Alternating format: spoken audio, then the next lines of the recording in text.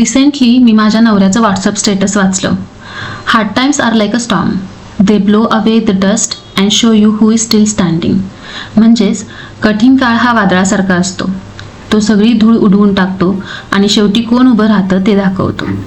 ह्या ओळी मनाला इतक्या भिडल्या की याच विषयावरती व्हिडिओ करायचं ठरवलं. हॅलो सखी, तुम्हा सर्वांचं आपल्या चॅनलवर मनपूर्वक स्वागत आहे. कठीण काळ हा वादळासारखा असतो. अचानक येतो आणि सगळं हलवून टाकतो.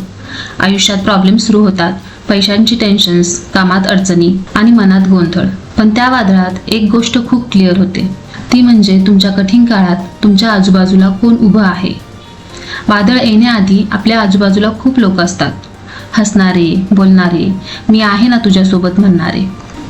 पण जसं वादळ सुरू होतं तसं पिक्चर बदलायला लागतं. काही लोक हळूहळू दूर जाऊ लागतात, काही फोन उचलणं बंद करतात, तर काहींना तुमच्या प्रॉब्लेम्सचं ओझं वाटायला लागतं आणि काही लोक तर साधी तू कशी आहेस असं पण विचारत नाहीत. असे लोक कधीच वादळात तुमच्यासोबत उभे राहत नाहीत. ते शांतपणे हवेत पालापाचोळ्यासारखे उडून जातात.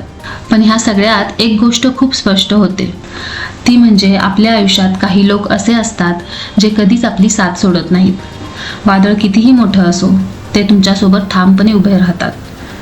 तुम्ही काहीही बोलला नाहीत तरीही ते तुम्हाला समजून घेतात. त्यांचा एक कॉल, एक मेसेज किंवा फक्त शांतपणे तुमच्यासोबत बसणं असू देत. कठीण काळात या छोट्या छोट्या गोष्टींची किंमत ही खूप मोठी असते आणि त्याच वेळी तुम्हाला मनापासून जाणवतं, हे लोक खरोखरच माझे आहेत.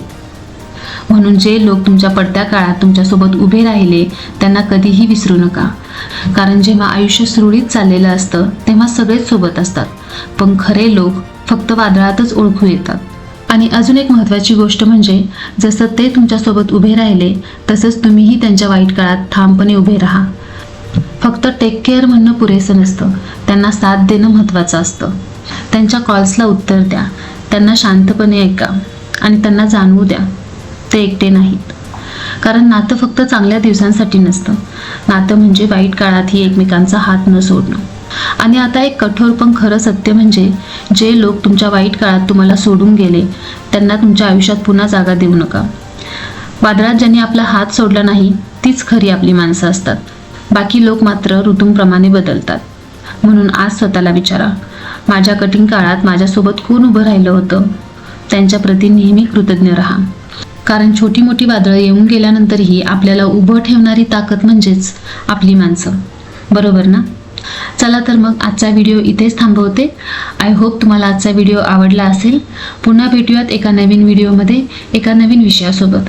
तोपर्यंत आनंदी राहा आणि स्वतःची काळजी घ्या. धन्यवाद.